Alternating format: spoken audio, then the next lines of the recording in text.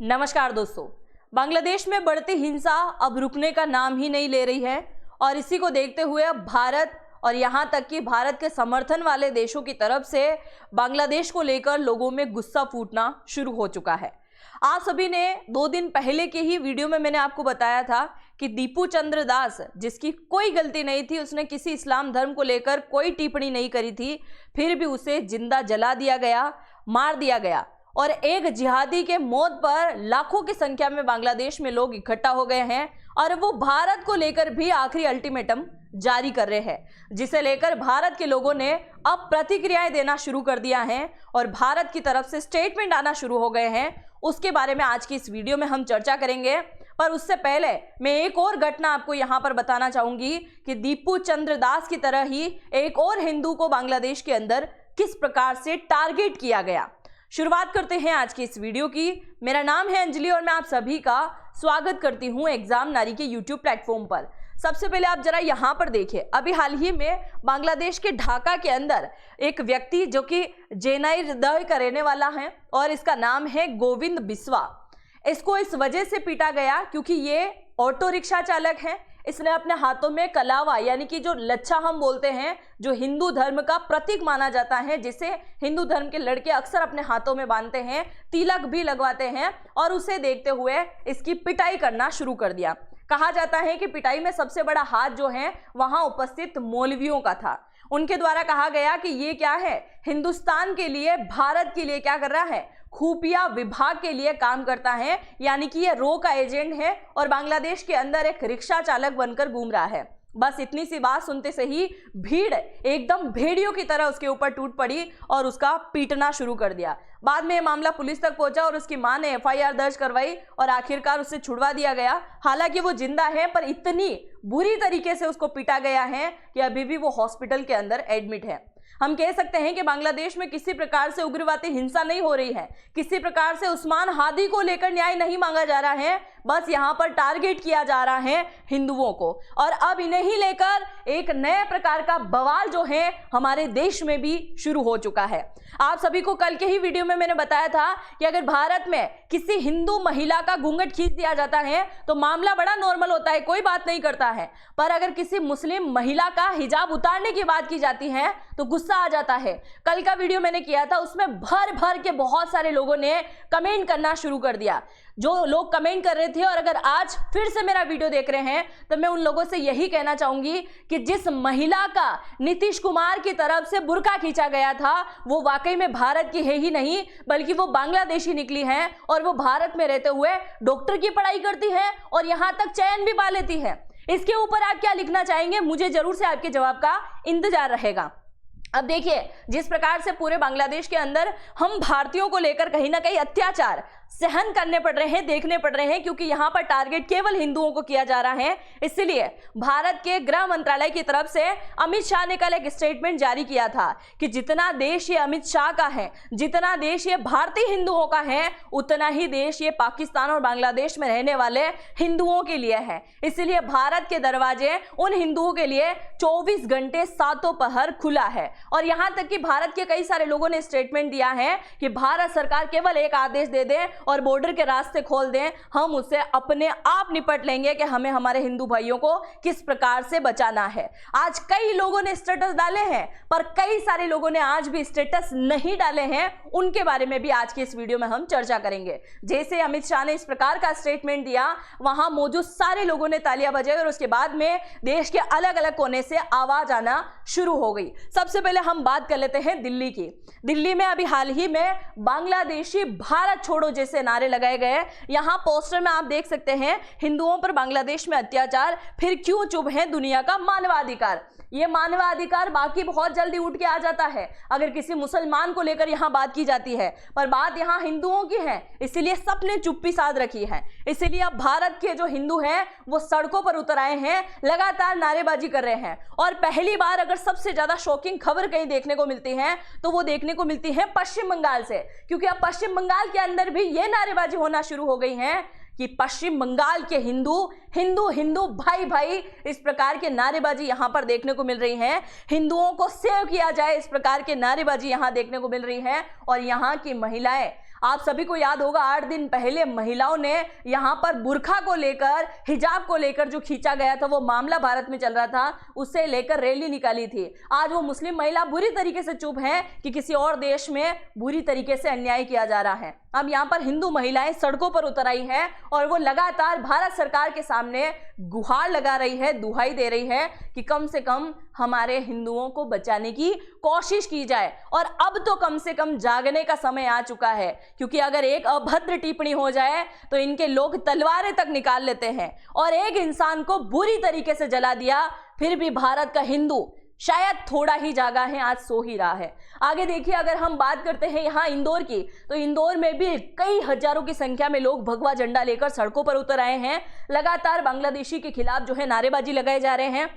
ये कहा जा रहा है कि बांग्लादेश के लोग भारत के अंदर बहुत आराम से रहते हैं। और अभी आपने कल ही यूपी के मुख्यमंत्री योगी आदित्यनाथ का स्टेटमेंट सुना होगा कि अगर एक गांव है और उस गांव के अंदर 100 घर हैं और 100 घर में से अगर 99 घर वहां पर हिंदुओं के हैं और एक घर वहां मुसलमान का है, तो उन 99 हिंदुओं के घरों के बीच में एक मुसलमान का घर बहुत ज्यादा सुरक्षित है। वहीं अगर हम इसको उल्टा कर ले, 99 घर मुसलमानों के हैं और अगर एक घर हिंदू का है, उसे छोड़िए आप, अगर 50 घर मुसलमानों के हैं और 50 घर हिंदुओं के हैं, तो वो वहां पे सुरक्षित नहीं रह सकते। ये स्टेटमेंट दिया गया है योगी आदित्यनाथ की तरफ से। आप जरूर से इस स्टेटमेंट को चेक कीजिएगा। और ये बात भले ही सुनने में छोटी लगती हो, पर बहुत गहरी है और चिंता करने लायक ये विषय साबित होता है। अब इंदौर के अंदर लोगों में इतना ज्यादा गुस्सा है कि बांग्लादेश के फ्लैग को पैरों तले रौंदा गया, काली पट्टियां वहां पर लगाई गई और लोगों की तरफ से केवल एक ही नारेबाजी है कि केवल और केवल हिंदुओं की रक्षा की जाए। मैं यहां पूछना चाहूंगी कि वो बॉलीवुड कहां मर गया जिसने ऑल आइज ऑन फिलिस्तीन लिखा था?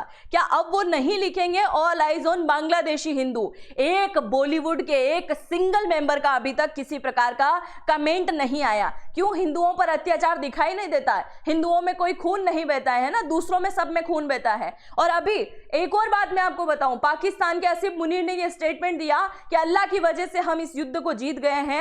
भारत पाकिस्तान जो ऑपरेशन सिंदूर हुआ था, उसका स्टेटमेंट उसने दिया कि हम अल्लाह की वजह से युद्ध जीते हैं, क्योंकि 12 एयरबेस भारतीय सेना ने बुरी तरीके से उड़ा दिया, फिर भी हम जंग जीत गए। पता नहीं कौन सा नशा ये फूंकते हैं, मुझे समझ नहीं आता है। 12 एयरबेस फूटने का दावा भी करते हैं और दूसरी तरफ बोलते हैं कि अल्लाह ने इनकी मदद करी थी। तो मैं इतना ही बोलना चाहूंगी, जब फिलिस्तीन में बम बरसाए जा रहे थे इजराइल की तरफ से, तो उस समय कोई मदद करने के लिए नहीं आया था क्या तुम्हारी? इसका जरा स्टेटमेंट दीजिए। अब देखिए, अगर बात की जाए नेपाल की, तो नेपाल एक हिंदू राष्ट्र है और नेपाल की तरफ से लगातार स्टेटमेंट आ रहा है कि उन्हें अब बचाने के लिए बांग्लादेश के रास्ते अगर खोल के वहां जाना पड़े तो हम जाने के लिए रेडी हैं। यहां पर लगातार प्रोटेस्ट किए जा रहे हैं, बांग्लादेश के फ्लैग को जलाया जा रहा है, मोहम्मद यूनुस की तस्वीरों के ऊपर जूतों की माला पहना के रैलियां निकाली जा रही हैं। इस प्रकार का कारनामा आपको देखने को मिलेगा। अगर हम बात करें अमेरिका की, तो अमेरिका के अंदर भी सेव हिंदू इन बांग्लादेश को लेकर स्टेटमेंट यहां पर दिया गया है और यहां पर विश्व हिंदू परिषद और अमेरिका की तरफ से यहां पर स्टेटमेंट जो है आपको देखने को मिल जाएगा। मतलब सीधा तरीके से इन लोगों का कारनामा आप देखिए। आगे की खबर को जानने से पहले अगर आप मुझे इंस्टा पे फॉलो करना चाहें तो यहां पे भी फॉलो कर लीजिएगा, क्योंकि यहां पे भी मैं कुछ ना कुछ शॉर्ट वीडियो डालती रहती हूं।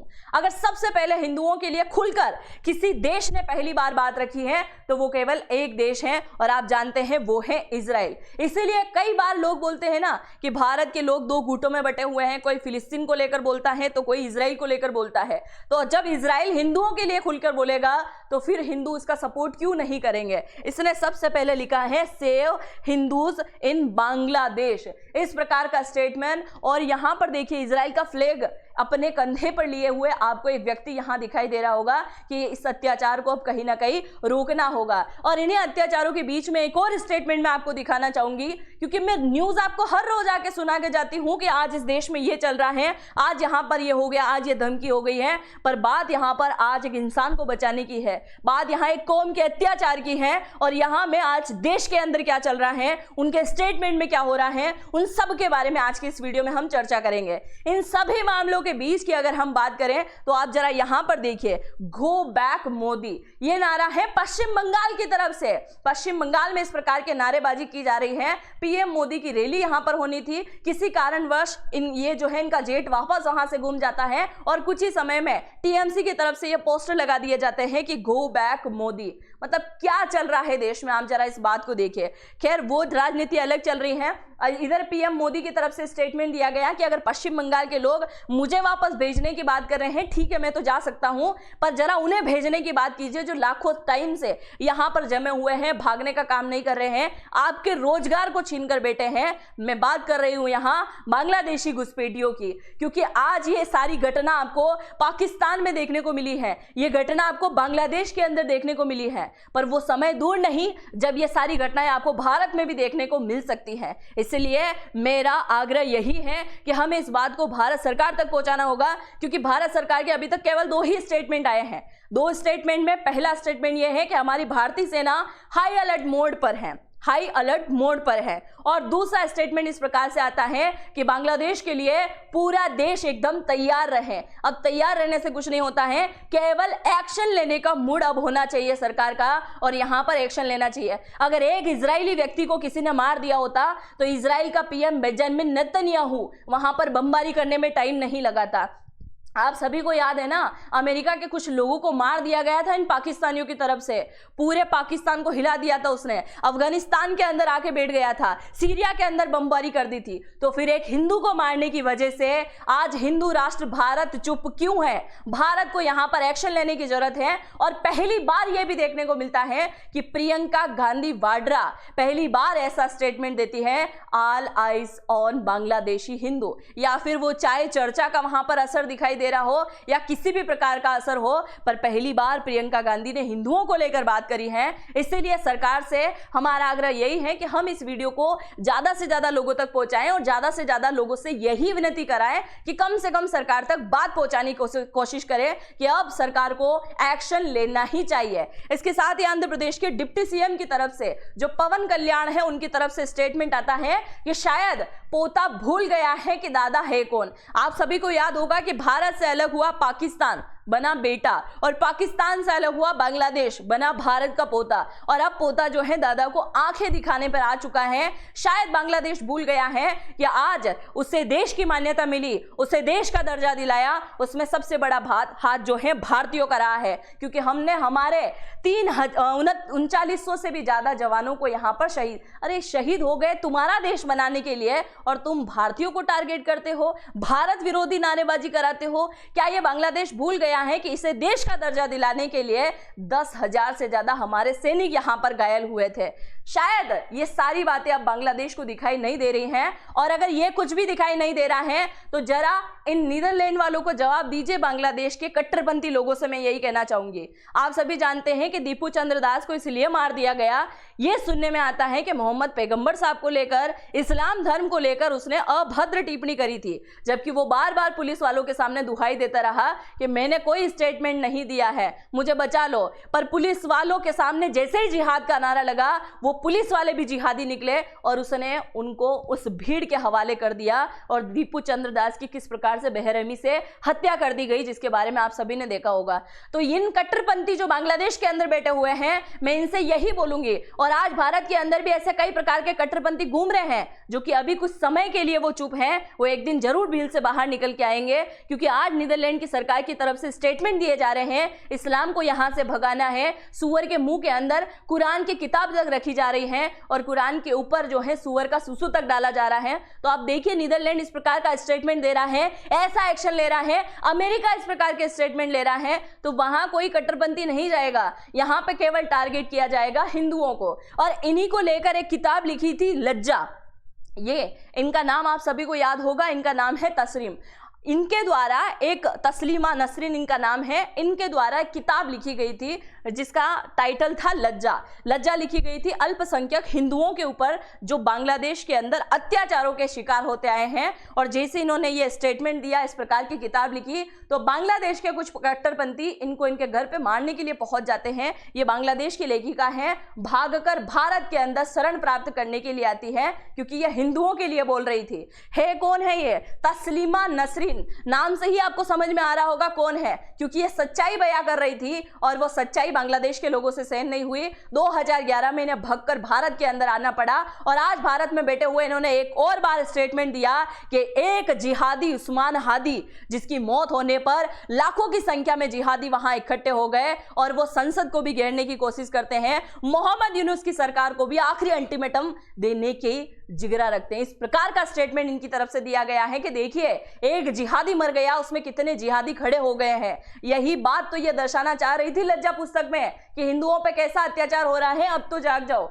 इसके अलावा मोहम्मद यूनुस की सरकार की अगर हम बात करें तो मोहम्मद यूनुस की सरकार को 24 घंटे का आखिरी अल्टीमेटम जारी कर दिया गया है कि भाई साहब तुम्हें जो करना है कर लो, भारत विरोधी नारेबाजी हम लगाएंगे। उस्मान हादी को मारने वाला करीम अगर भारत से वापस यहां नहीं आया, तुमने नहीं हमको दिखाया यहां पर, या उसको फांसी की सजा नहीं दी, तो तुम्हारा तख्ता पलट भी होने वाला है। और अब देखिएगा आपको आज शाम को सोमवार से ही नए प्रकार का ड्रामा और बांग्लादेश के अंदर देखने को मिलेगा।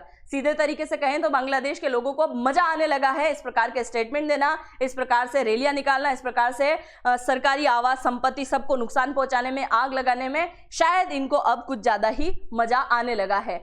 आप इन्हें लेकर क्या लिखना चाहेंगे, अपनी राय जरूर से कमेंट सेक्शन में लिखिएगा और इस वीडियो को अपने दोस्तों के साथ में भी जरूर से साझा कीजिएगा। और कम से कम अब तो जाग जाइए, जागने का समय आ गया है, तो इसे लेकर आप लिखिएगा जरूर। और अगर आप फ्री में JNI को सीखना चाहते हैं तो इसी वीडियो के कमेंट सेक्शन में पहला कमेंट मैंने पिन किया है एग्जाम नारी के नाम से, वहां जाके आप इस कोर्स को ज्वाइन कर सकते हैं। उस लिंक पर टैप करेंगे तो यहाँ पर ऐसा फॉर्म ओपन होगा जिसमें फुल नेम आपको लिखना है, ईमेल ID डालना है, मोबाइल नंबर, OTP आएगा और देन एग्जाम नारी कोड आपको यहाँ पर लगाना है, माफ कीजिएगा नारी 100 कोड आपको यहाँ पर लगाना है, जिससे आपको अच्छा खासा डिस्काउंट मिल जाएगा। तो अगर आप AI सीखना चाहते हैं तो जरूर से सीखिएगा, क्योंकि आज के टाइम में बहुत ज़्यादा इंपॉर्टेंट होते जा रहा है AI। आप सभी का बहुत बहुत धन्यवाद। मिलते हैं नेक्स्ट वीडियो में, तब तक के लिए जय हिंद, जय भारत।